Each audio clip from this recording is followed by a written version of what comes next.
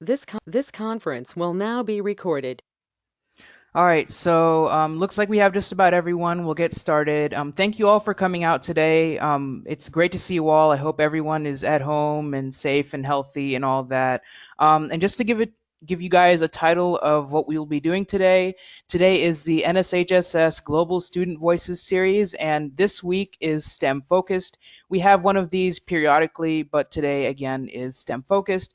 My name is Rishi, and I'll be joined by five other panelists, and we are going to talk today about our experience in STEM. Before we get started, let's all introduce ourselves. I'll start with myself. My name is Rishi, again, like you heard before. I am a freshman in college going to Johns Hopkins University. My major is computer science, and that's also my STEM background. I like robotics as well, and I am on the NSHSS Student Council. I'm one of two vice presidents of scholarships, along with Elgin Rhymes. And actually, we can let Elgin go next. Elgin, go ahead, introduce yourself.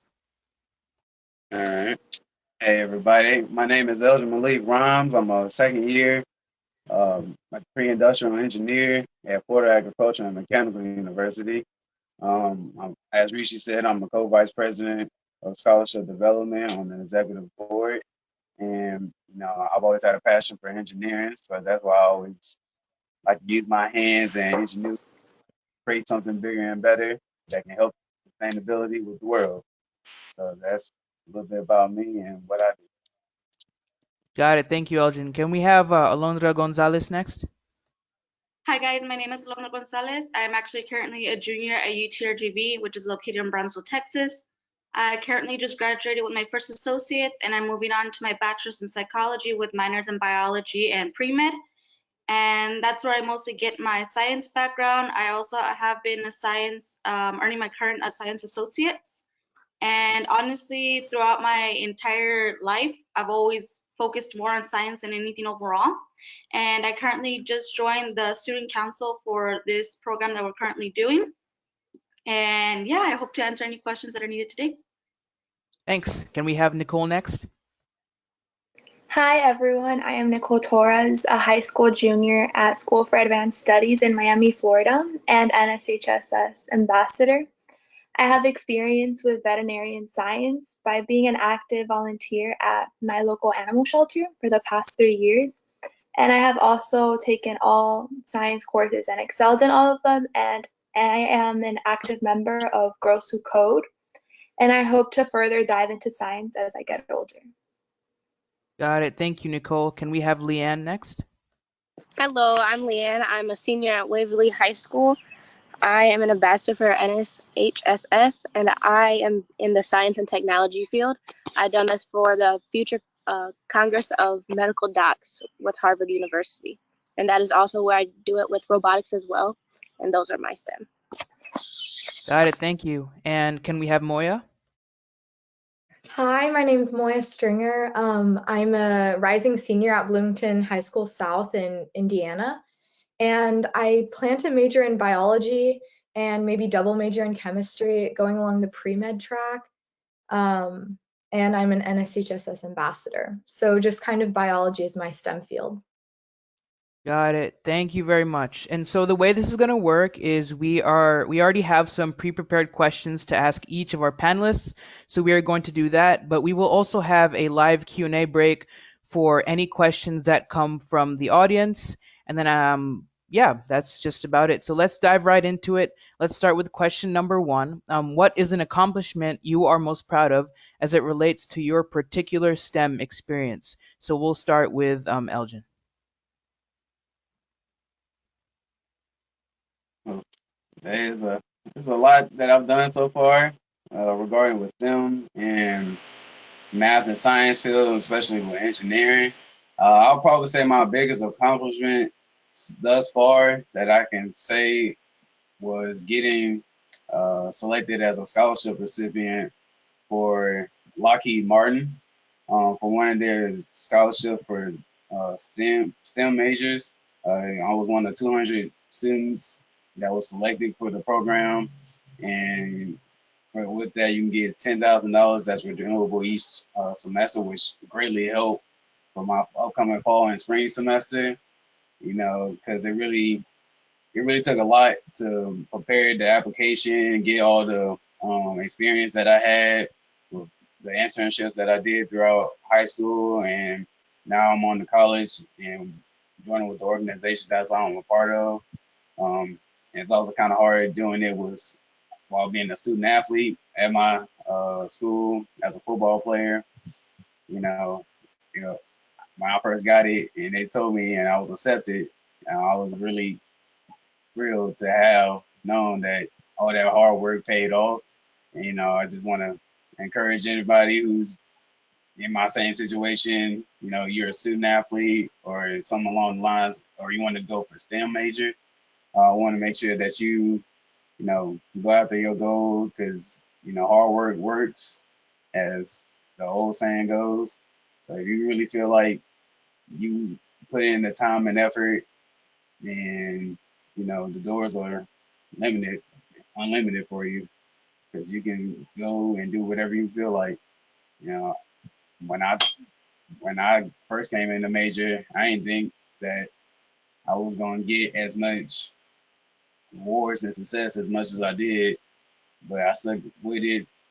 Spend long hours at night with math and science and studying, doing calculations and all that. But it's also, you gotta have a passion for it because you ain't gonna get nothing done, especially in this field, if you don't have a passion for it. And so, I just want to leave y'all that as my experience. And if you got goals that you want to do, I encourage y'all to go do it to the best of your abilities. Got it. Thank you, Elgin, and congratulations on all your hard work. Next, can we have Alondra? Can you share your accomplishment or accomplishments? Well, honestly, it can for me just varies. Like I did do a lot of national competitions in science fair and didn't earn awards such as the military engineer awards for my projects.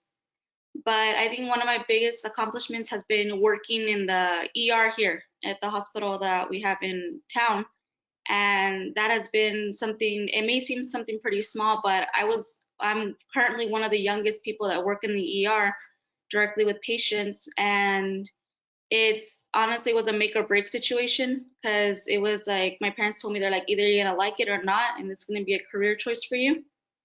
And I mean, it wasn't even an internship, it was an actual job, working from 7 at night till 7 in the morning and then having class the next day at 9 in the morning. And, throughout the semester, it was a pretty big struggle, especially experiencing first things such as traumas and sudden deaths and stuff like that. And it's just an experience that you can't experience anywhere else. And knowing how much the sciences and the maths go behind it and able to treat a person, and I think what I'm most proud about that is that I was able to, go to school lacking sleep, only sleeping for an hour or two, and yet finish the semester with straight A's. So that I would say I'm very proud of. Got it. Thank you, Alondra, for your service to your community and for your hard work as well.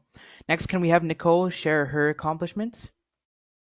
One of my recent accomplishments is participating in the Science Olympiad competition this year, where I participated in the anatomy and physiology and water quality competitions, and my school ranked for the state level. However, due to the circumstances, of course, we weren't able to go anywhere, but that is one of the reasons why I joined Science National Honor Society was to be able to dive deeper into science. Got it. Sounds good, and I'm sorry about the situation. So next, can we have Leanne present her accomplishment? My accomplishment is becoming another part of the Congress of Future Medical Leaders for Harvard University, just because Harvard is a prestigious school, and I've been working towards that since we started school, really in pre-K, and that has been my goal. And so getting there for going on my path for pre-med, that was my biggest accomplishment for this year, and then I get to go and attend it next year as well as study abroad with them. Got it. Thank you and congratulations. And can we have Moya? I would say something I'm pretty proud of is I managed to get an internship with one of the labs at my local university. And the internship hasn't happened yet. It's supposed to happen in the fall. Obviously, that's still up in the air because of everything that's happening. But it studies viruses and virus host interactions. And especially considering everything that's going on right now, I was pretty proud that I was able to reach out and get such an internship, which will really give me the experience for like in a lab that I would need going into college. And I think that especially if people have a university close by or like anything that really like emphasizes in STEM, it's always good to reach out and try and see if there are opportunities that you can take. Got it. Nice work. Sounds very exciting. I'll end off this question. The accomplishment that I'm most proud of as it relates to my STEM experience is probably an internship that I was able to take with my university, where we focused on like repairing satellites with robots. It was really cool. I got to meet a lot of different professors, and I ended up going to a conference at NASA Goddard because that was who we were contracting to.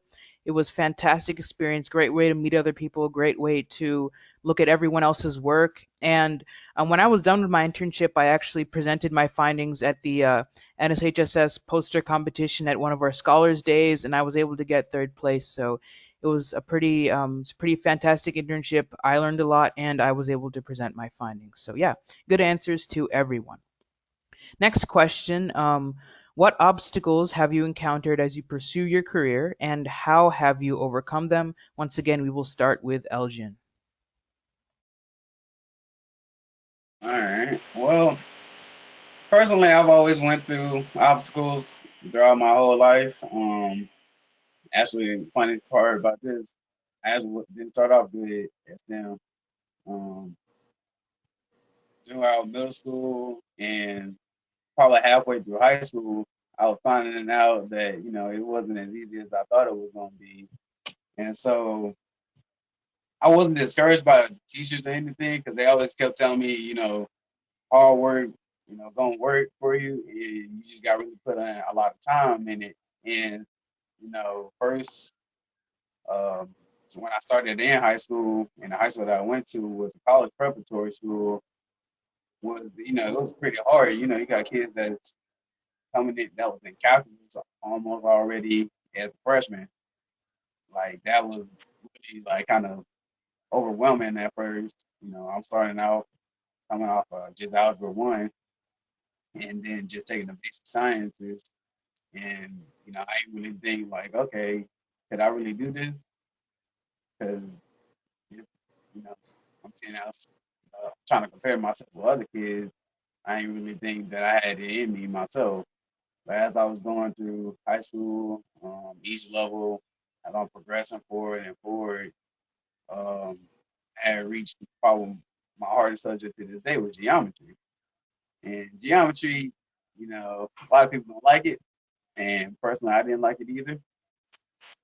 But as I kept to my goal and pushed through it, my teacher at the end of the year said, I know you struggled this year, but I always saw you come in for extra work the throughout the year. We always have like extra after school work that you can do, and it was kind of hard for me to attend them because I played three sports in high school: football, weightlifting, and track and field, which were year-round sports. So once I figured out that I could, you know, balance that out, she encouraged me to go to Algebra 2, which I did fail. I barely passed it, and I realized that for me to be at an exceptional level as an engineer at the College of Engineering that I'm at right now, which Florida State and FAMU, would say that you got to come in with a strong base in pre-calculus and calculus already. And so, knowing my hard work and work ethic, I begged the teacher to let me at least try the first semester of pre-calc after I passed out of the two. And surprisingly, I finished out with A's. And trigonometry, I finished out with an A. Then I came in freshman year, got a 4.0, throughout the whole year. And that really just kind of momentum of more of a mental challenge on myself, being hard on myself rather than circumstances I went through. So again, I just want to say you going through problems or some difficult challenges, just know that as long as you have the mental fortitude and the strength and sagacity to go through it, it's possible for you. Thanks. All right. Thank you, Elgin. That's good experience. Can we have Alondra next? I would say some obstacles I would face is the fact of my culture, my heritage, as well as where I live. I mean, I currently live in one of the top 5 poorest cities in all the United States. So you can imagine how the education funding is here. I mean, we're still using books from like 2008 that are completely outdated. I remember when I moved to Washington, D.C., and it was a huge culture shock. We went from almost a population of down here, which is almost 99.9% Hispanic, to a much more diverse situation. And on the first day, they gave us MacBooks. And I was like, whoa, where do they get the money for this type of stuff? And then coming down here, I mean, culturally, at my age right now, at 20, I should be married and have kids already and, already settled down and stuff. And usually people down here, the guys, when they graduate, they don't really go off to college first. They go and find work to support a family. And especially when I discuss to people about my STEM career, the first thing they ask me is like, oh, like, do you want to be a nurse or do you want to be like a technician? And I'm like, no, I want to be a doctor. And they look at me like, oh, are you sure you want to be a doctor? It's really more of a guy thing and, it's a really tough career. And I'm like, that's one of the things I'm really proud of I want to do.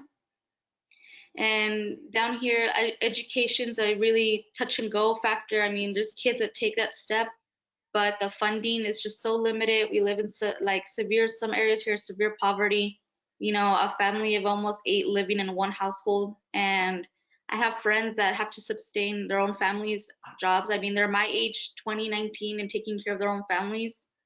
And I'm very grateful that I never had to experience that because my family is well taken care of because of my mom and my father. But it's the fact that, there's a lack of that community drive for education. It's always get a job first, support your family. Your family always comes first. And currently my family don't even live where I am at anymore. They moved back to Washington, D.C. So I'm completely on my own.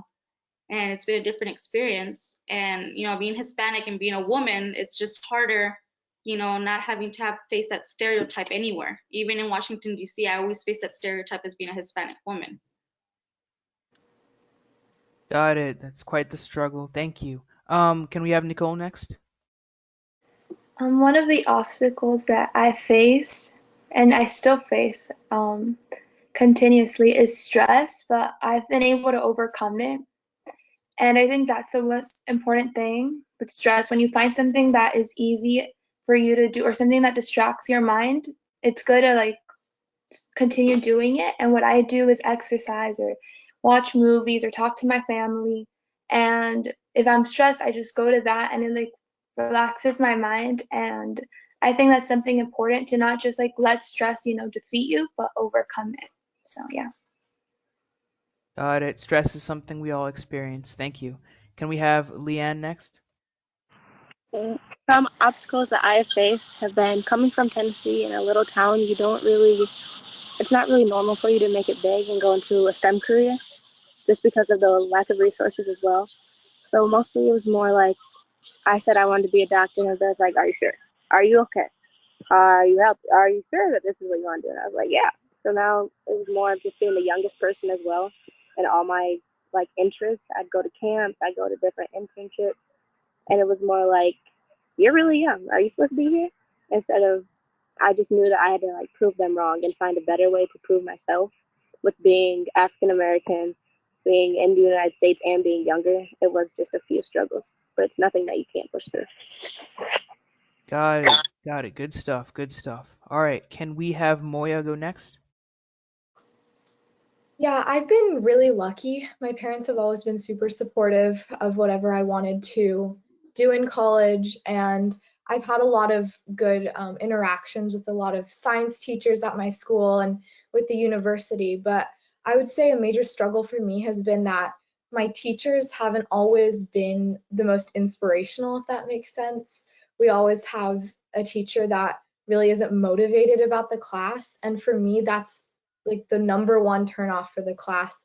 If I don't have a teacher that's motivated and excited to be talking about what they're talking about, then I start to lose interest.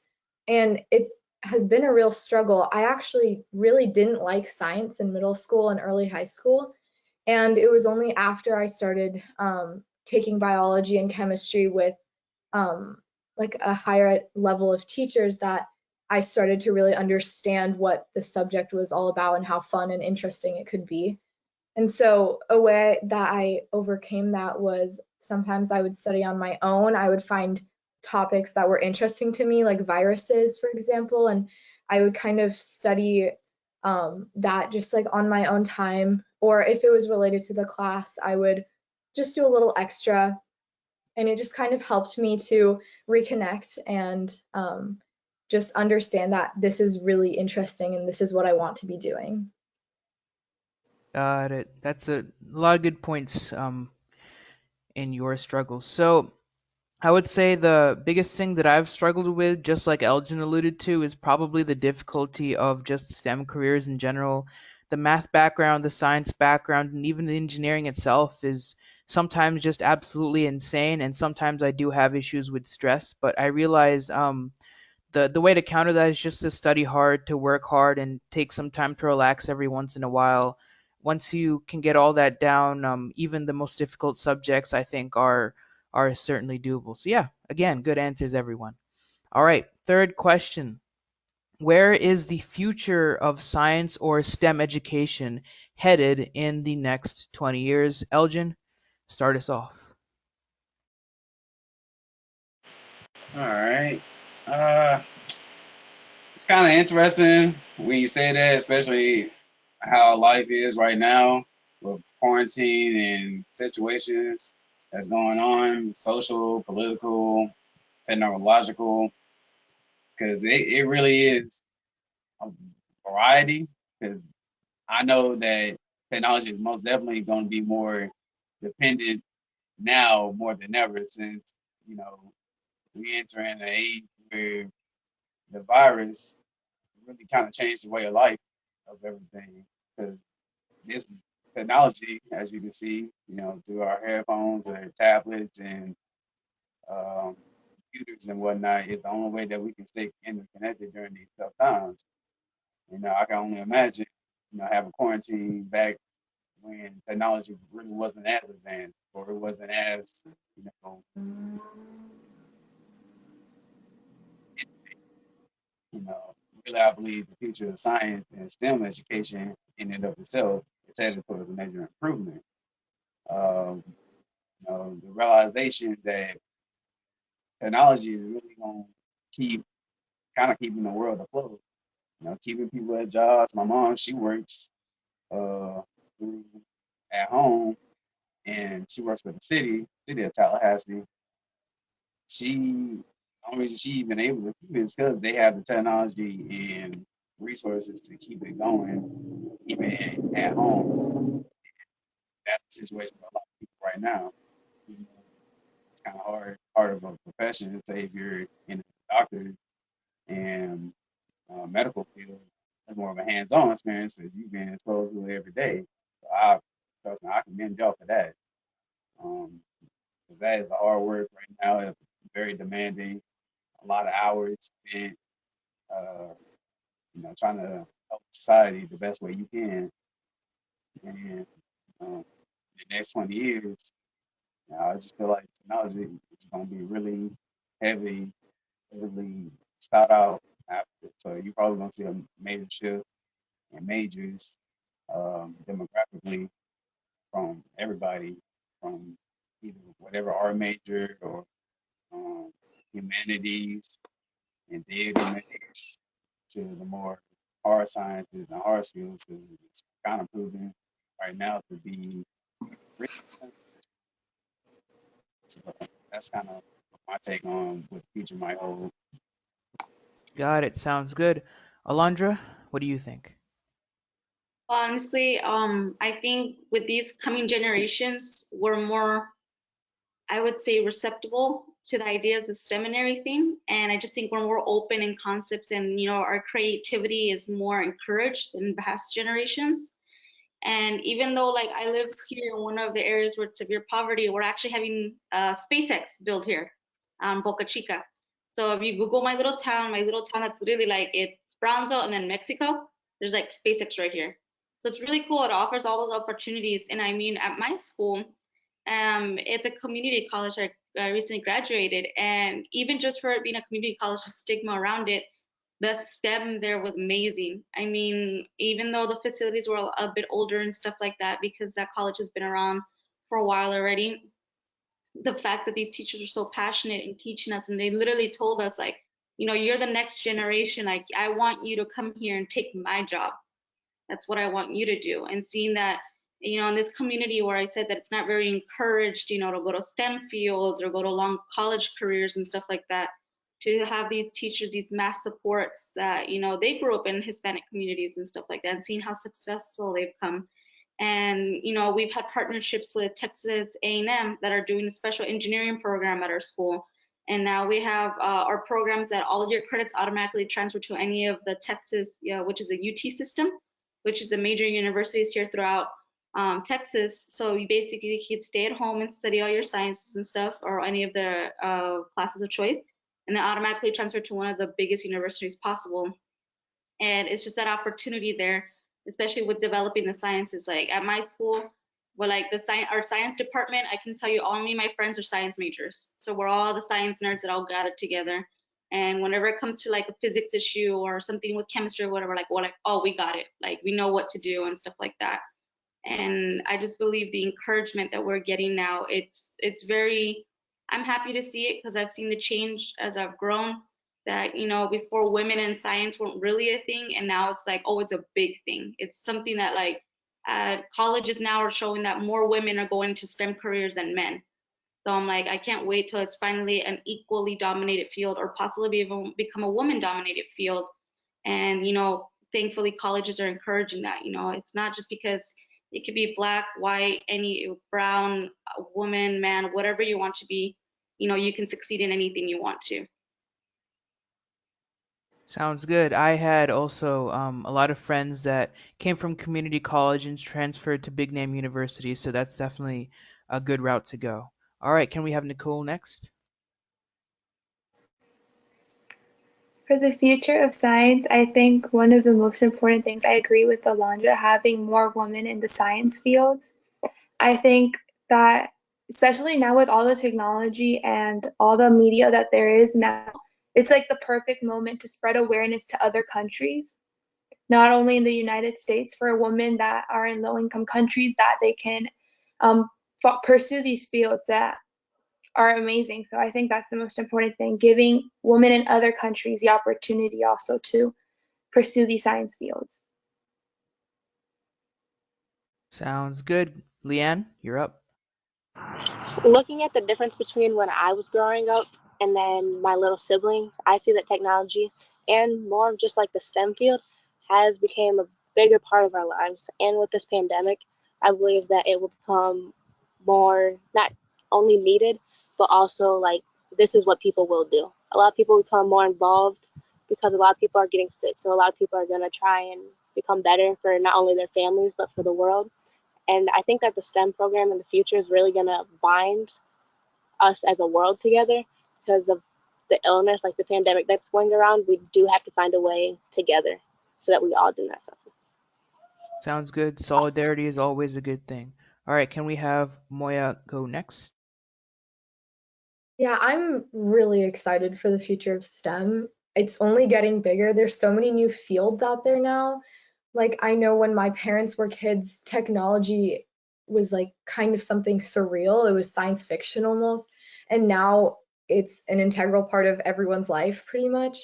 And there's just so many different fields that people can go into. And like a few of you guys said, there's so many more options for diversity, especially with gender. Like, I definitely think that there are more and more women going into the field, and it's becoming more and more accepted. And I think that's such an important part of it. And it's just breaking down stereotypes. And I think STEM is the perfect place to break down those stereotypes. And the world is always going to need doctors and mathematicians and biologists and physicists and engineers and all that. So I'm just really excited to see how the fields like change in the future and how people, I guess, like us are going to affect the future of the world. Got it. Sounds good. Yep. So I think echoing just about what everyone else says, the future of STEM education and of science, like as a field, I think there will be more opportunities for more, more groups of people. It'll break down different stereotypes that people may have about certain racial groups or genders. And I think, overall, there's going to be more availability, and obviously, more people is a good thing for this field. So we're going to have accelerated development in the field as well. All right, so good answers from everyone. But now it's the audience's turn to ask some questions. If any of the audience has questions for either one or all of the panelists, just feel free to unmute yourself, go ahead and ask, and we'll do our best to answer.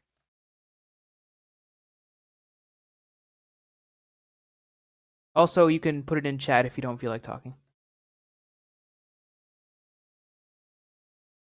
I always feel like talking. Anyways, so as far as STEM, Rishi, I believe you're going to Johns Hopkins. So I was able to do this one program with Johns Hopkins as well, which was Ambassador Leadership Summit in summer of I think 2018. Okay. So what it was like medical related. It was healthcare and medical. So what I really learned from that program is right now everything is constantly changing. So what I'm trying to say is the incoming freshmen will not learn the same thing that the graduating seniors are learning, even though the gap is not that big considering the how the new technologies are growing. Like 4 years is literally nothing for something brand new to come in action, I guess. So what I was saying was seniors did not learn what the freshmen were learning in their common core classes, which is like, oh, this is how this works, when seniors had no clue this was coming. So the change is constant. And for our generation, it's always beneficial because we are going to be always learning. Whereas with our parents' generation, what happened was everything was already very steady. So for 10 years, 15 years, people learned the same stuff. And yet the books didn't change. Like Alondra said, they were using 28 book, right? 2008 books. For us, it's going to be constantly changing, which is going to be our learning process all the time. So when we step into STEM field, I feel like there is always going to be job demands because there's going to be so much new stuff to learn. So I feel like STEM is one route that would never die away. That's what I'm thinking as far as the future of STEM field is concerned.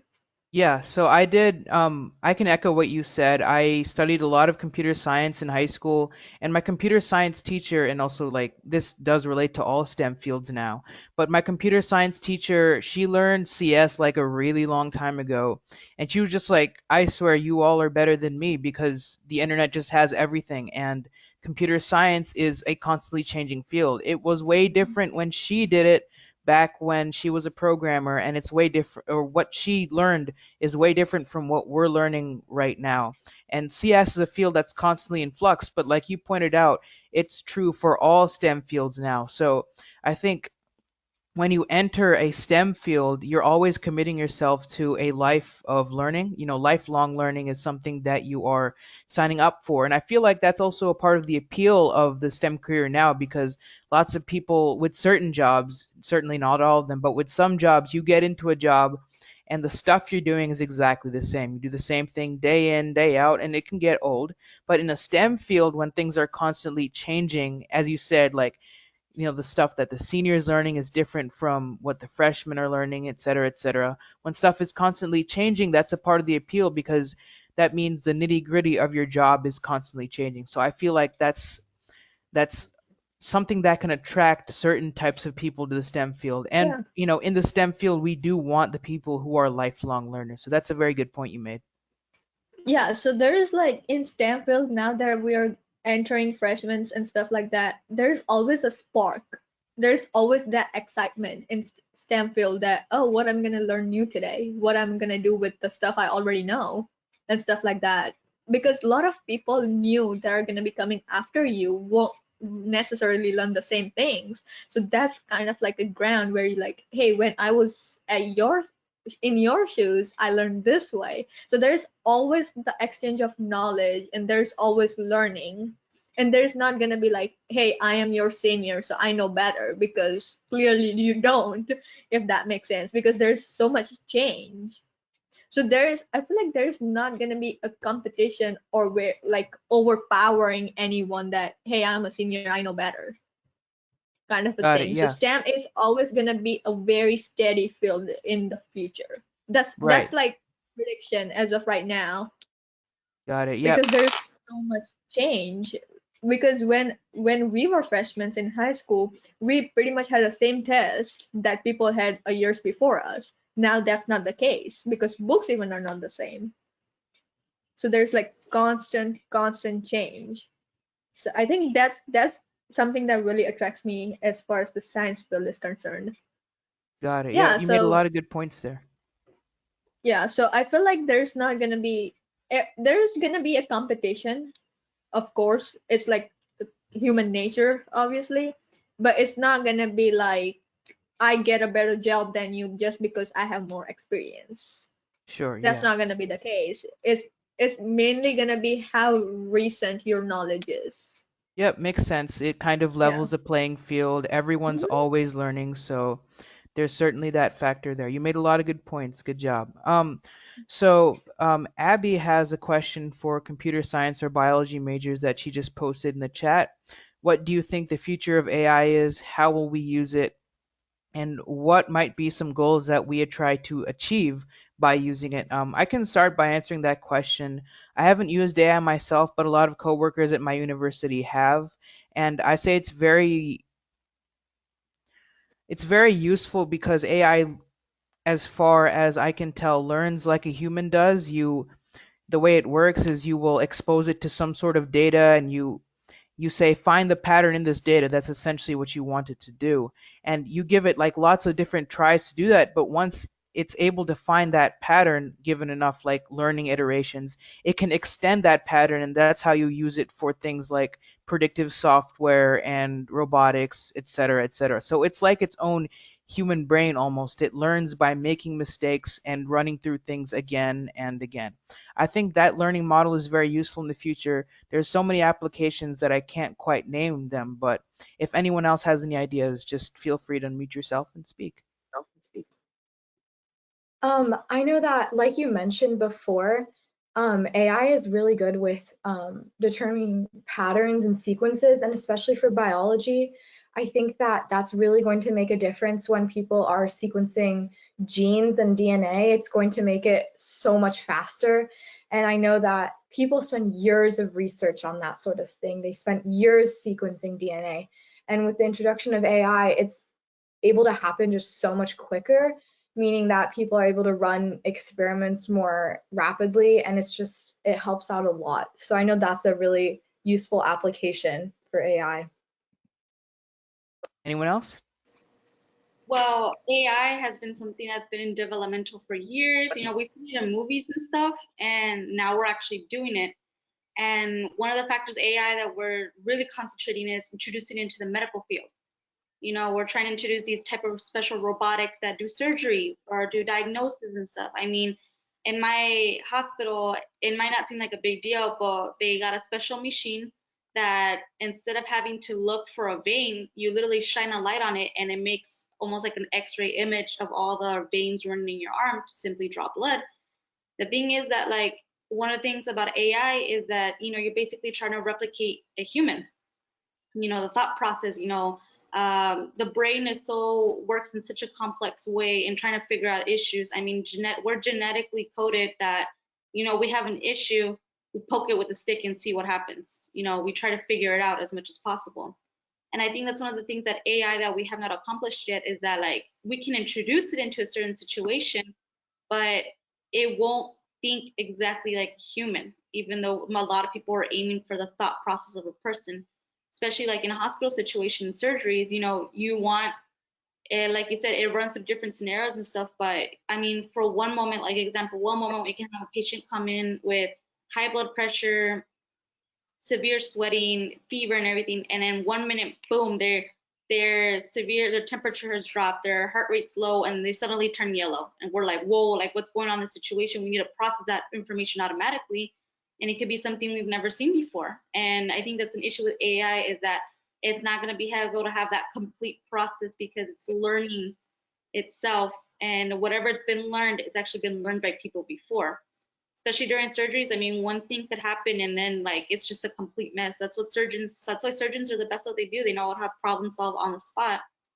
But I believe that, we've come a long way from where we've gone before, and definitely AI is going to be used, incorporated majority of our time in our life in the future, even now. Got it. So AI still does have some limitations that we have to work through. Lots of good points. Anyone else have any ideas for how we might use AI in the future or what we might try to do with it? So, like, go ahead, Elgin. Okay. I kind of saw this my first year coming in early on in my engineering class, my first year engineering lab, and they kind of broke it down pretty well. The top things that AI might be doing for us in the future, and that's kind of as already in development right now. And the most interesting one that caught my eye was virtual reality. And it's kind of interesting when you think about it, because when you think about virtual reality, you're like, oh, well, that's just for playing games and, just running simulations and all that. No, it's a little bit more complex once you get deeper into the studies for which it could help. One of the examples that I saw that it could help was treatment for uh, military soldiers that with post-traumatic stress disorder. Like, it'll help them with coping with their stress and putting them in a simulated environment to where they can more so get adjusted to, the regular, just the calmness of regular home life as compared to, in combat where it was, chaos happening every day. And after a while, that's all you start to know is chaos. And so that's kind of like one of the things that virtual reality and AI in and of itself can do, and it's starting to make it more seamless, make it more quality picture. You can almost, it's kind of, you look at the games now, it seemed like they're almost real life. It's almost, with the new releases of technology like the PlayStation 5 or the Xbox X, you see 8K high definition. That really looks very much similar to life itself in terms of depth and quality. And VR can also be used for, as say, in the medical field with simulations. It will very much help for surgeons who's, you know, can't always. You got to be put in a situation that can mimic the real life situation. So the what better way to do it than VR simulation, and that will feel like the real thing so much so that once you get to it, it's literally exactly like you plan for it. So that's kind of like my interesting take on how AI is definitely going to help out in the field, especially the medical field and aviation as well. Got it. And Vihasi, I believe you had an answer. Yeah, I agree with what Elgin said, that you kind of had to create like a stimulus. But when Alondra said that when there the symptoms of certain things are not quite what they're supposed to be, like temperature dropping, and if the AI is not been in that situation, I guess if it's not thought that way, is that's when the human comes in place, that like, okay, I'm gonna take over because AI that we have was never in the situation, so that thing doesn't know how to react to this situation. So I feel like even though with AI, VR, whatever it is, there's always gonna be a need of human interaction all the time, because when those things are coded, so if there's like something that does not follow that code, there's always going to be an error. And the only way to fix that error is human, like there's a human interaction standing there seeing what that AI is doing. And if it's wrong, that's where human comes in place. So in STEM field, I don't think that, yes, this will make it a lot better. And potentially minimize the human errors, but there's never going to be a time that I think where humans will like be at stake of losing their jobs in STEM field, because the detailing and all of that stuff is so critical that there's never going to be like everything technology dependent. Sounds good. Really good answers. And we have one more question from chat, and then we'll move on to our pre-prepared questions. And this question in chat is, how far do you guys think self-driving cars are going to go, and will that be commonplace one day? So I've worked a little bit with robots, and self-driving cars take a lot from robot technology because they're autonomous. They have to run on their own. They rely on sensor data from all around. And I think self-driving cars will be commonplace one day because we're always developing better sensors to so that the car can see its surrounding better. We're developing new algorithms so we can avoid crashes. I think it will be commonplace one day, but how far it's going to go, I can't exactly tell yet. I'll let one other person speak just so we can get on to our last question. Um, I do think that self-driving cars are definitely going to become bigger, but I know, like Vihasi was saying, it's humans generally know better in split-second decisions than machines do, especially considering that there's so many different scenarios that could or could not have happened. And so I think that while self-driving cars will be possible, I think that there's always going to be the need for at least one person, especially in high-risk areas, to be driving, I guess. Got it. Yeah, I know that right now with Uber self-driving cars, they always have a driver there to take emergency control in case is needed. So I think you made a lot of good points with your answer. Good job. All right. Last pre-prepared question. This one is kind of a fun one, but it asks, who is your most favorite TV or movie scientist or STEM figure and why? Once again, we'll start with Elgin. Well, personally, I feel like that's kind of like for me. He's always been a funny guy. Watching him throughout, my youth, elementary and high school. Uh, it would probably have to be either.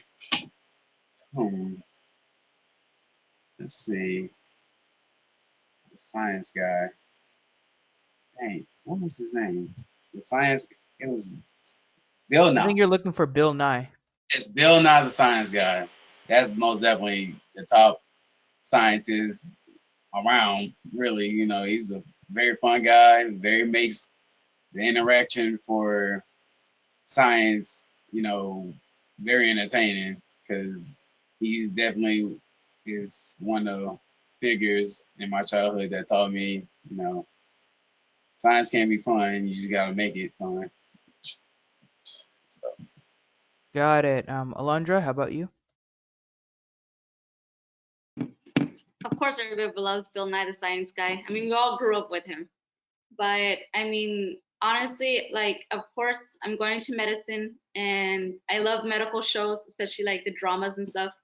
But I have to say, varied from, I don't know if you guys have seen The Good Doctor, Dr. Murphy. Honestly, like, just seeing the developmental of, yes, you have a learning disability or a mental disability, but seeing how it's so beneficial in a situation like that and just seeing the progress to, I don't know if you guys have seen The Resident. There's Dr. Hawkins, which puts always his patients first. And then one of the series I'm currently binge watching hardcore. I mean, I was from episode 1 to episode 25 yesterday, is Bones, which is with Dr. Temperance Brennan. And she's just, it's amazing how with simply a bone, you can figure out an entire person's lifestyle, how they walked, how they talked, what they like to eat and stuff like that, and what I love about all these medical shows that I listed off is that their medical accuracy is that, like, this is actually something you might see in the future. And it's true. I saw some of that stuff in the ER and I was like, holy smokes, I had no idea it was actually going to be how it was. And I love that it's a variation of different characters and like Sean Murphy with the disability and everything. It just shows you that no matter what, you can become what you want to be. You just have to overcome the barriers and overcome the obstacles. And it's just something that has put a lot of passion for me to continue to do. Got it. Thank you. All right, Nicole, how about you? My favorite STEM figure would be Ellen Ochoa because she's the first Latina woman to be chosen to go to space, and I think that's a great inspiration to look up to because I would want to be as strong as her, and she's like the living figure that hard work pays off, and with perseverance you can achieve your goals. So yeah.